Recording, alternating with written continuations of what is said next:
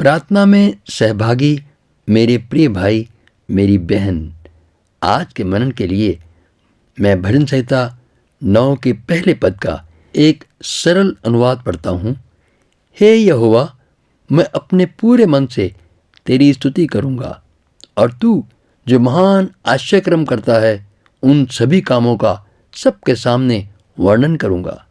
प्रिय बंधु, प्रार्थना का एक विशेष हिस्सा है स्तुति करने का, तारीफ करने का, धन्यवाद के मन से स्तुति प्रशंसा करना। परमेश्वर की स्तुति इसलिए करें कि वह कौन है, उसका व्यक्तित्व कितना महान है, उसके गुणों की महानता के कारण उसकी स्तुति करें, उसके महान दिव्य गुणों के लिए धन्यवाद करें। उसने हम पर महान अनुग्रह व प्रेम प्रकट किया, ये परमेश्वर की दीनता है, इसलिए हम बढ़कर धन्यवाद और स्तुति करें। दरअसल हमारा स्वभाव, हमारा दृष्टिकोण ही परमेश्वर के प्रति धन्यवाद और स्तुति का होना चाहिए, जो कि उसके गुणों पर मन करने से स्वतः होगा। भजन संहिता 146 से 150 तक आरंभ व अंत धन्यवाद व स्तुति से होता है। स्तुति करने से हमारे दिल और दिमाग का ध्यान समस्याओं से हटकर, कमजोरियों से हटकर परमेश्वर की ओर मुड़ जाता है। स्तुति करने से हम अकेलेपन से निकलकर समूह में शामिल हो जाते हैं।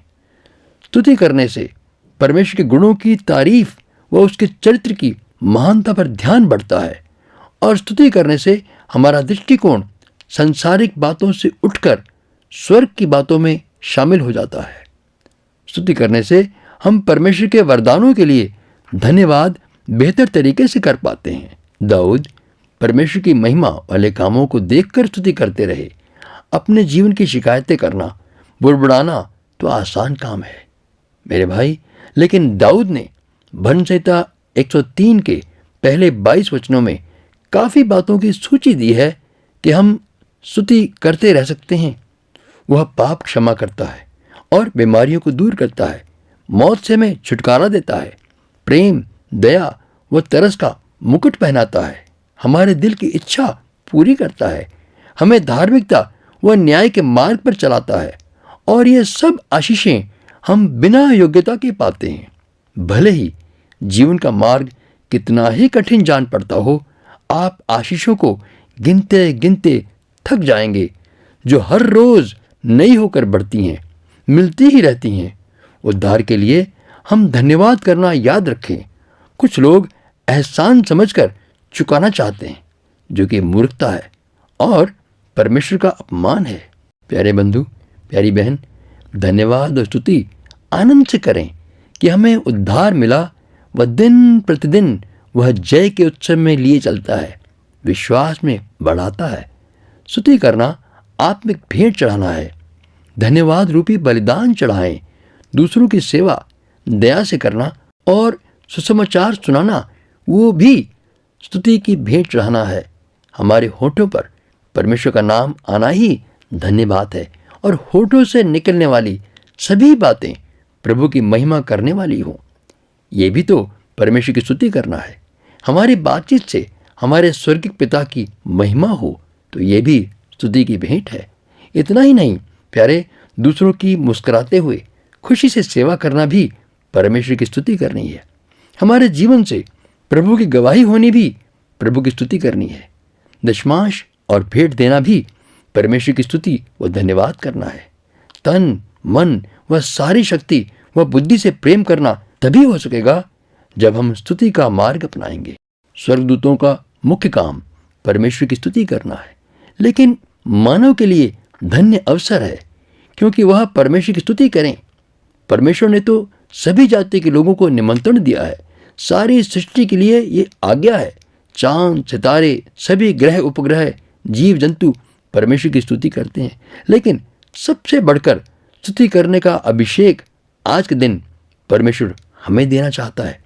परमेश्वर की आराधना व प्रार्थना करने का मुख्य अंग स्तुति करना है।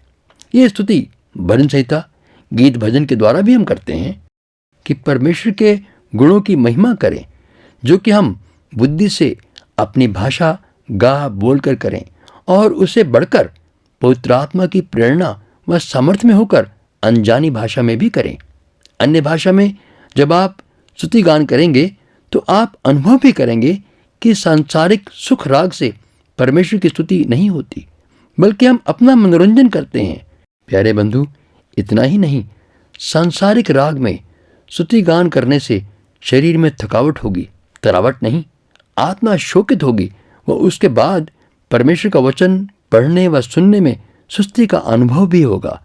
शैतान के इस जाल में फंसने से आप बचें। स्तुति करने के लिए साज व बाजों का भी प्रयोग करें।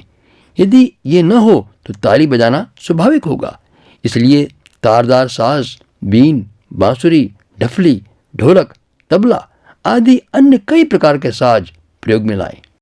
इसमें भी झूठी शिक्षा से बचें। कुछ लोग कहते हैं कि बेजान वस्तुओं से आवाज़ निकालकर परमेश्वर की स्तुति नहीं होती। शायद वे ऐसे जाल में यूं फंसे हैं कि उन्होंने दाऊद के जीवन का अध्ययन नहीं किया, जिसने कि मूसा के समय से चली आ रही आज्ञा अनुसार युद्ध में जाते समय, वाचा का संदूक लेकर जाते समय भी साज बजाने वालों को विशेष गोत्र के अनुसार जिम्मेवारी दी थी।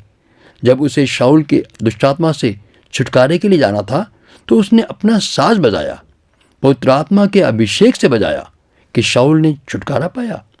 इसलिए कलीसिया में परमेश्वर की आराधना करने में ये अति आवश्यक है कि साज उठाने से पहले पवित्र आत्मा का अभिषेक पाएं।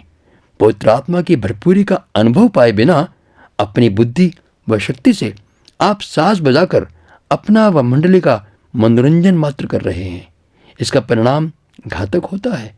आत्मिक जीवन में सुस्ती, सांसारिक व शारीरिक अभिलाषाएं बढ़ती हैं, जीवन गुनगुना होने लगता है और फिर ऐसे लोग वचन को अपनी सुविधा के अनुसार मानना चाहते हैं। इसीलिए परमेश्वर आत्मा और सच्चाई से आराधना करने वाले बेटे बेटियां ढूंढ रहे हैं। मुझे पूरा विश्वास है कि आप ही वह बेटे बेटियां हैं जिन्हें परमेश्वर ने चुन लिया है। परमेश्वर की असीम कृपा आप पर होती रहे। आमीन।